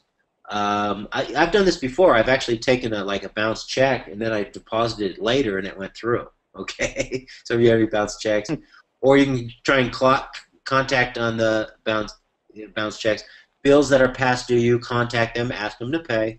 Overdue purchase deposits. So as real estate investors, if you're a real estate investor, you have a lot more ways to raise some cash. If you're doing it like we teach and all that, is sometimes people agree to make, I'll give you 3,000 now to move into the house, and then when I get my tax return, I'll give you another 3,000, and then they don't pay you that, and you don't manage it, and you don't chase after them, and you let them go, but it's an overdue purchase deposit. So if you have anybody that is not keeping their agreements on their monthly purchase deposits or their lump sums or anything like that, go and see if you can collect on those. Okay. Unpaid house payments, rent, and fees. Again, if I had a guy, I just found out he wanted to do some contractor work for me. He's renting one of my houses. He's a contractor, but I found we had to post a 3-day notice, and he's checking on to see if I wanted to hire him, to do some work on one of my houses that we were talking about. And it's like, well, did you pay the rent? This was an email, and apparently he did, but he only paid 1,000, and he was like 300 behind. Before the rent was due, he only paid what was basically due. He's $400 behind, so he owes me $400, and he's been doing that, for several months. So I could just say, hey, no, I need the $400. He could do it. Mm-hmm. He's just one example. Actually, I have like 55 houses, Keith, and I have like 2 houses that have straight tenants. He's one of them, a straight tenant. My other houses have tenant buyers. I don't have so many problems. He's a straight tenant. He's not buying the house. So I actually had to sit down with him last month and explain to him he has to take care of the house. He thought that was a special rental agreement for my buyers. I said, no, that's for all my tenants. They take care of the house. That's what I can do here. I do it legally. And they agreed. All right. So unpaid house payments, so any accounts receivable, use collection attorney if needed. Again, you want to make sure you don't sour a relationship or you chase someone out of a house and now you have a vacancy. But do what makes sense. Collect money that's past due and due you. Make a list and go after it. You might be able to collect that money next week or tomorrow. Right. Collect your cash later. Now, what is cash later? So we teach real estate investors, entrepreneurs, how to collect cash now, buying a house or flipping a house, how to collect cash flow on a house you're holding typically or leasing, and then a cash later when you get it cashed out, flipped out, refinanced, sold, whatever down the road. Cash later. So if you're a real estate investor or if you have any type of agreements where you're going to get this cash later, maybe you can accelerate that. So number one, if you have any purchase agreements or land contracts or anything like that are past their maturity dates, notes, go ahead and see if you can collect that money that's due now or is past due. For example, Actually, like a purchase agreement. Someone agreed to buy the house and they were supposed to close in May, and now it's not, it's past May. Um, I can go to them and say, look, you were supposed to close. If you want to stay, let's redo the contract. Give me some more money down. Let's raise the rent, that type of thing. So if your agreements have expired, if your buyers have not performed, then you have the ability to change the agreement, whatever's fair, okay, whatever you want to do on that. You can ask them to give you some money to extend, which is normally in my agreement. So I have automatic extensions, but they have to pay an extra purchase deposit. Land contracts, there might be a maturity date that has expired and they haven't refinanced or paid you off. You can approach them and say, look, you're supposed to pay me off or refinance. What are we doing about that? And you can get people to either close on a house they were supposed to buy or refinance a house, and you can get your back end. You can get your your back end. Those are some pretty big checks, aren't they, Keith? Back end checks. They sure are. I mean, we used to do $20,000-$30,000 a couple times a month just by filling our pipeline with people that were going to close in a year or two, and then 2 years later they're just popping. That was before they changed all the bank rules and the housing bust. That was years prior to that. So we do things differently now, but that was kind of nice. Accelerate your closings. All right, so give incentives to any tenant buyers to close ahead of schedule. Give incentives to contract buyers to refinance ahead of schedule so you can collect your cash later now. And then if you want to learn about how all the different ways that we make money in real estate, produce cash now, cash flow, cash later, we have a lot of great strategies. A lot of them are unique to me. I have a great coaching staff, Keith, Mark, Courtney. The entire team is very experienced in all types of real estate investing strategies, real estate investing models. We specialize on buying free and clear houses. We also specialize in subject to deals, and we specialize in wholesaling. Those are the top 3 deals that we're doing with our clients now, where we're getting most of the results. We do all types of deals beyond that, but those are the ones we like to teach and help and support with, and they work good all the time, and they have for a long time. All right. So if you're interested in getting these slides, getting depending on when you listen to this, if you're on live tonight, you'll get the replay of the video. If you want to re-listen to it or share it, you'll get an audio you can download to re-listen to it. But you'll get all these slides with the links. That's going to be great. And then you're also going to get free, if you're not already on the list as a e-letter subscriber, you will get my my e-letter where I send out new free stuff, new articles, new audios, new videos, new webinars, a lot of free stuff that will help you get involved, and then also let you know how we can take you beyond the free stuff, because we do have done for you services and coaching and home study systems and stuff like that. But you'll learn about all of that if you're on the e-letter list. So if you go to richardroop.com/cash, we'll send you kind of these free follow-up materials for this program, but you'll also learn about what else we do if you're new to us, and you can always opt out anytime from the free subscription to the e-letter. All right, finally, we're going to talk about, Keith, we're going to talk about how to raise capital to invest. Okay. So this is a little bit different. Now we're getting a little more advanced here. Okay. What are you going to invest in, right? I suggest some of the best things to invest in is acquiring specialized knowledge, okay, that you can turn into income. Marketing campaigns for an existing business or a new business. Okay, marketing is a great thing to invest in. Any business is probably not doing enough marketing and good marketing, and marketing is not an expense. You get a return on investment. Anything you invest in should have a return on investment, and that's a biggie. Marketing is one of the highest returns on investment, as well as specialized knowledge. Delegating, outsourcing, and systems. This is where we've gotten people from making 100 grand to 250 grand. Is just changing nothing in their business except helping them leverage their time and be more efficient, and all of that is delegating, outsourcing, and systems. So basically, invest in hiring or getting help. Invest in starting up a new business or income opportunity if you have a job or a part-time job or no job or retired. You know, it's very fun and it can be very profitable to have your own business. And you know, I think online marketing is a great business. I think real estate, creative real estate investing is a great business. Consulting, basically all the things I do, I think are good businesses. But there's other good businesses depending on what your skills are or your interests are. Um, let's see, a new computer, phone, or equipment. So investing in a new computer, a faster computer, a better computer. Like I just recently bought, a MacBook Pro, and I was having so much trouble with my other computer, which was like 10 years old, but I just didn't want to make the shift, and I finally bit down and did it, and I'm so happy I did. My internet's so much better. My webinars are so much better. My organization and my time management is so much better. I save a lot of time with better equipment. I got a good phone that saves me time and makes me productive. I have a smartphone. Any equipment. So there are things you can invest in that will make you more efficient. Okay, and then invest in no money down real estate. What is no money down real estate? That is doing real estate deals where you're really not putting any money into the deal. Now, no money down real estate is not no cost because typically you have to find a deal. And there's a cost to that, right? Time or money, right, Keith, to find a deal? Right. Absolutely.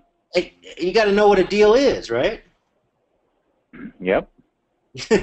And then if you're going to, let's say you're going to flip it and not buy it because you don't have any money, you're going to have to maybe spend some time and money, finding some buyers who you can flip to and building a list, and right? Yep.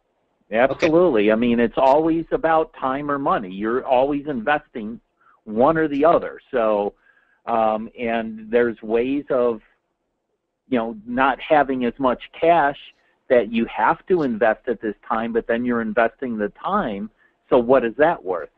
So, but you're always investing one or the other. Well, one of the easiest ways to make some quick cash in real estate is wholesaling. And a lot of people teach wholesaling, flipping contracts, flipping houses, that type of thing, as a very easy way to get started. It's not. It's the easiest way, okay? But there's a lot of things you need to know. So people make it sound like it really anybody can do it. No experience necessary. Not true.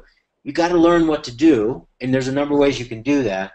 And then you want to follow the best practices, and so you need some, know what to do on that. So there's that specialized knowledge is important around what you're going to do, and then marketing. It's either time or money to find the deals.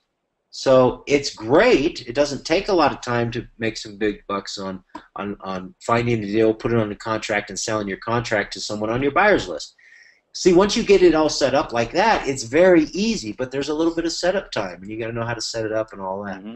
So don't buy into this. Anybody can do it.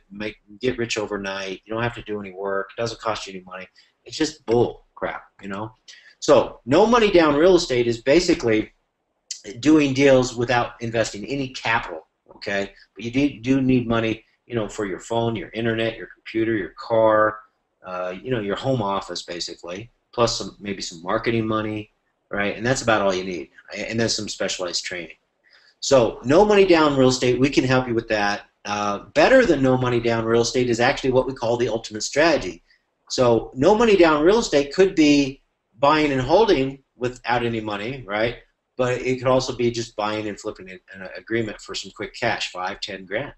Buying with no money down, better than no money down, is actually collecting cash when we buy. So in this case, we actually do buy it. We hold it for the income, the cash flow, and the cash later, but we get cash down the day we buy it. We call that the ultimate strategy. And a lot of people on this program, listening to this program tonight, know how that, knows that strategy.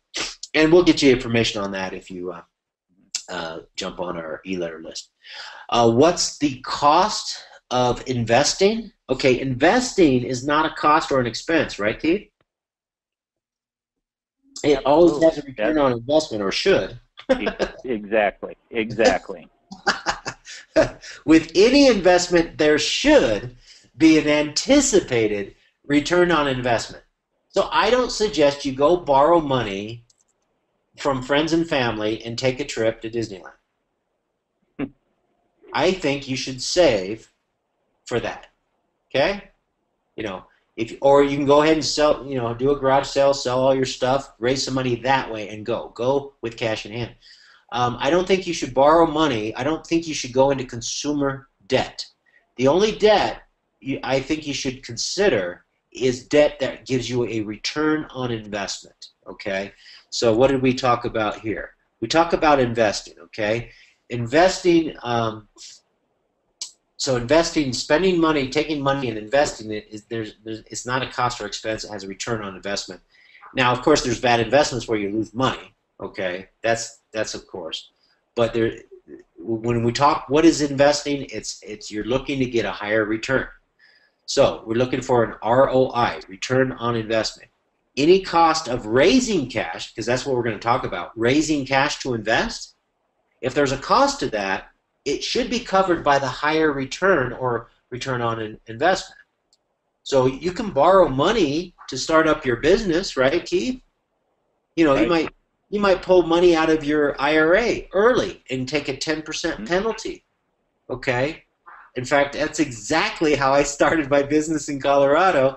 Is I had a Kio and I had like 40 grand in it or whatever, and I actually had to pull the money out to live on while I was starting my business back in '95. Okay, and so there was a penalty, a 10% penalty, I think, for pulling that money out early. But it was a cost of starting up a business, which I'm very happy I did. So you can tap. What are ways to raise capital to invest? Okay, if you have a good plan for that money, tap into a line of credit, like a home equity line of credit on a investment property or your home. Credit cards, credit lines. I think I've used all of those to start and expand businesses. Tap into a retirement account, which I just told you I did. You can get if you can get a higher rate of return, plus, for the cost. Like, again, if you pull out of an IRA, they might charge you a 10% penalty. Again, I'm not an accountant, financial advisor, or an attorney. Check on the new rules and regulations regarding IRAs and all that stuff. I'm just telling you what I think I know. All right. I also know that people buy my houses borrowing against a 401k. I know people can have borrowed against a 401k to invest. So if you have the ability to borrow against a 401k, sometimes it's not that costly, and sometimes it's more costly. So it depends. And have you ever heard of rollovers as business startups? Rollovers? No, I never heard of that one. Yeah, that's something I'll have to check into. They call it ROBS, okay, where you can take a retirement account and roll it over to start up a business, okay? So you guys can Google that. Okay. All right. And then private lenders. Now, we are experts on how to raise private money and raise cash for real estate deals, okay? Because a private lender, we think, is someone who's going to be protected by equity in real estate. We already talked about borrowing from friends and family. That maybe we didn't. Maybe we did. Well, we will. You can get a personal loan or a private loan from friends and family.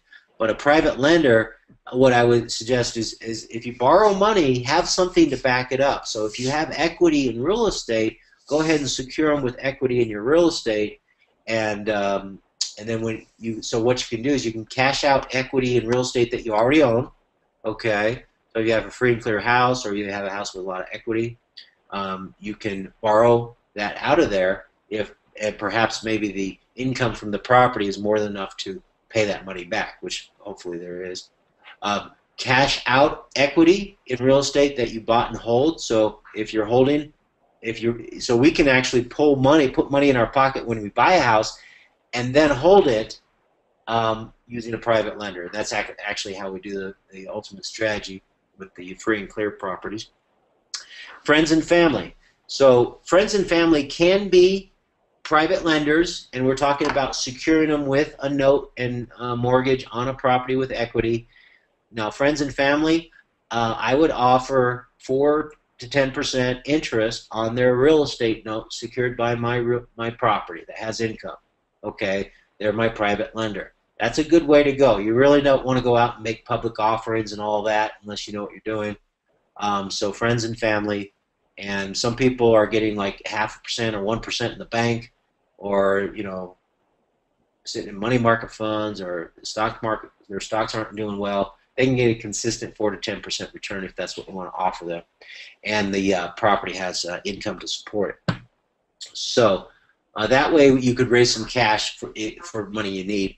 Hard money lenders charge, now they're not private lenders and hard money lenders. Hard money lenders, they're actually in the business of loaning money out on real estate. They call them collateral loans.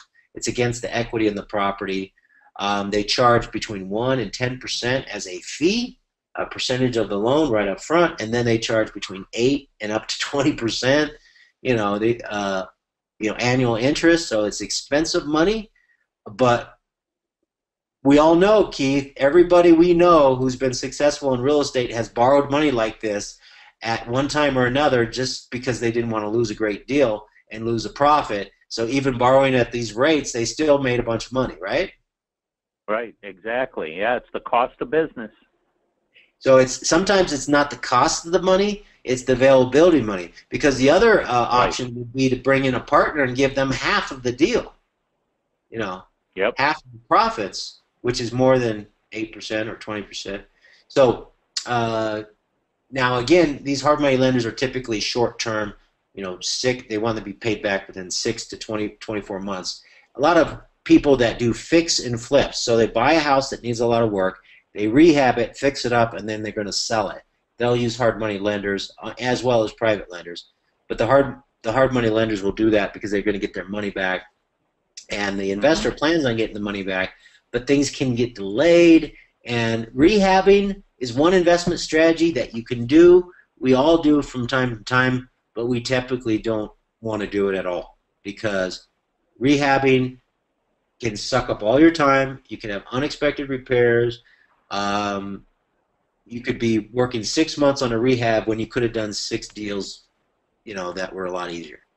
So if you're good at rehabbing, great, and go ahead and continue to do it. We're not going to suggest anybody do it.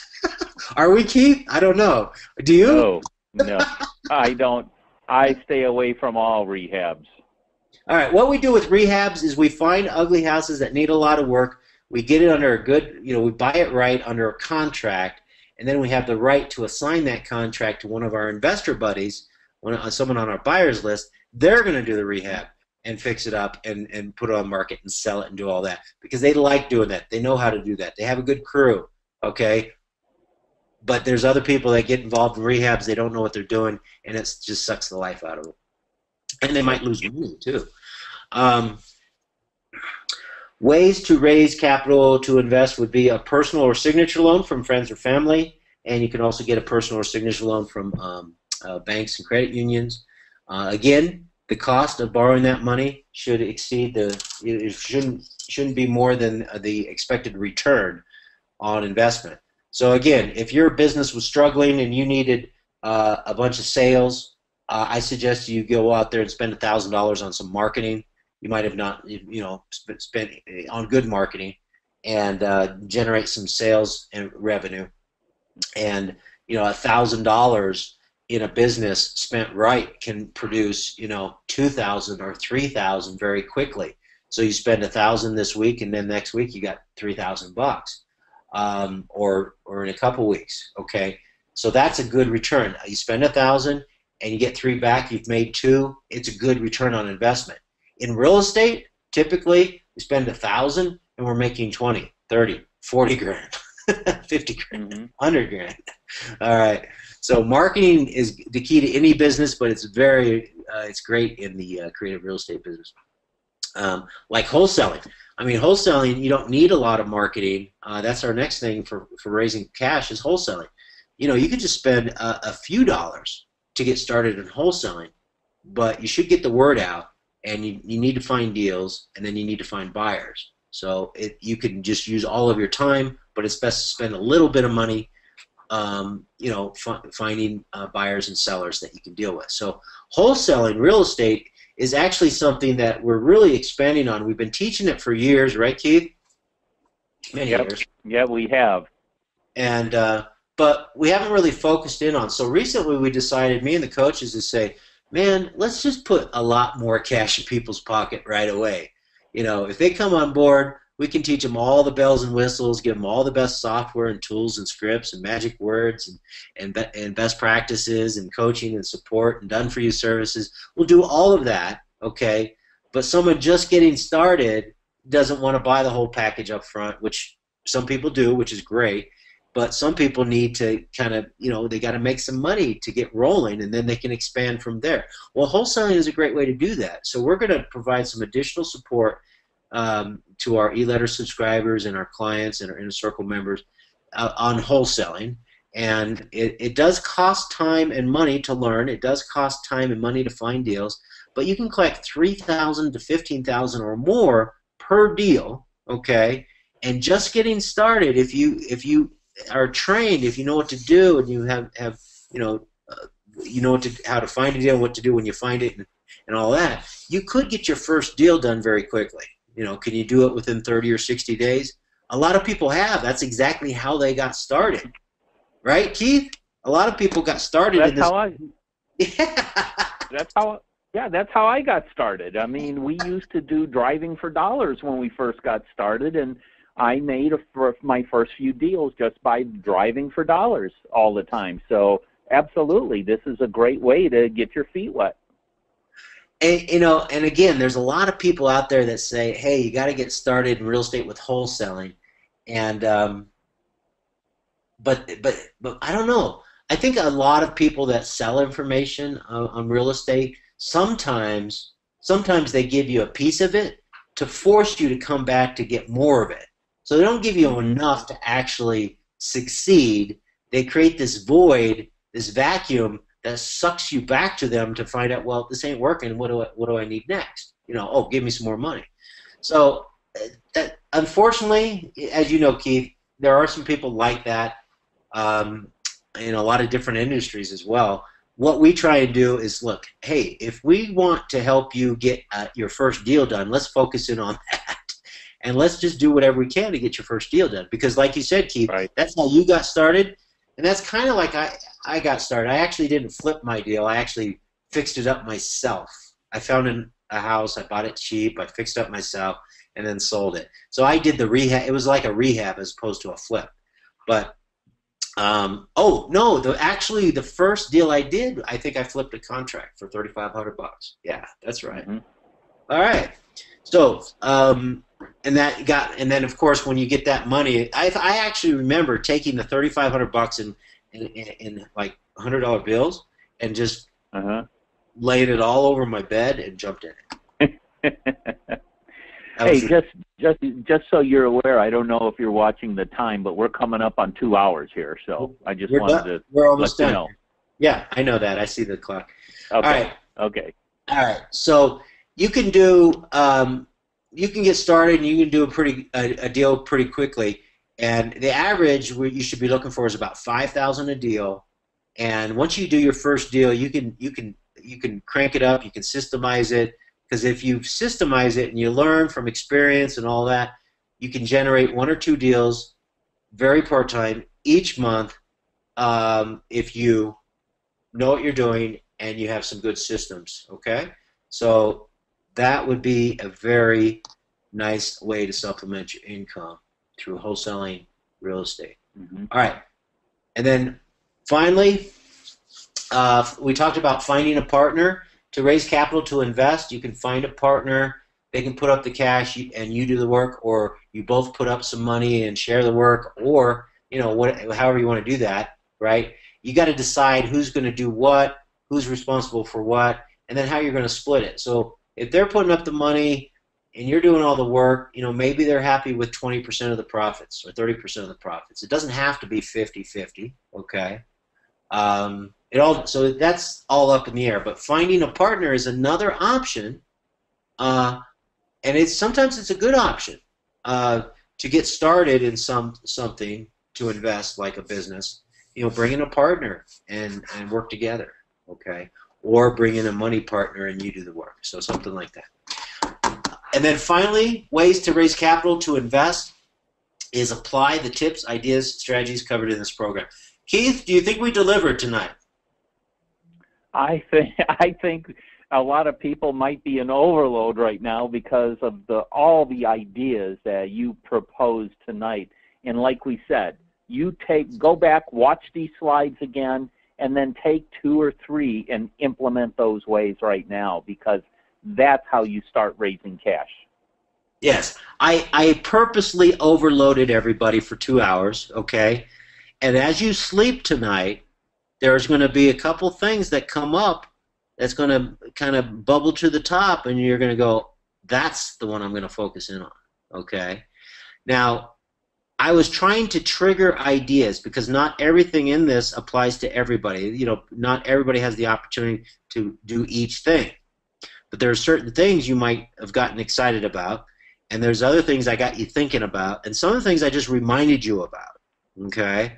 But now you have this whole list of ideas.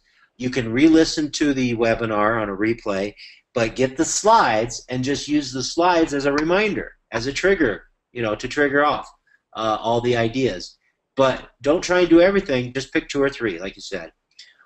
So go ahead and go to richardroop.com/cash, and we'll send you the slides. Actually, you can download them right now, I believe. No. Yes. I think if you go there now, you'll be able to get them tonight. Yeah, that's the ticket. All right. So to wrap things up, if you're interested in creative real estate strategies, you can give us a call. You can talk to Dina. She can talk about, you know, what's your experience, what you're trying to accomplish, and she points you to the right free resources or services that we offer that would help you most. She's at 1-800-557-3171, extension 109. I also invite you to send us your feedback. Send it to me at feedback@richardroop.com. Let me know what you thought about this program, what ideas you got, what you liked, what you didn't like, and then also I'd love to hear some reports. In fact, I know some people, as soon as they've probably jumped off the webinar already, Keith, and they're out there looking for their unclaimed property online at unclaimed.org. Okay? You're supposed to stay with me. All right, and if you haven't done that yet, thank you, and now go do that tonight and see what you can find, unless you have to go to bed. All right.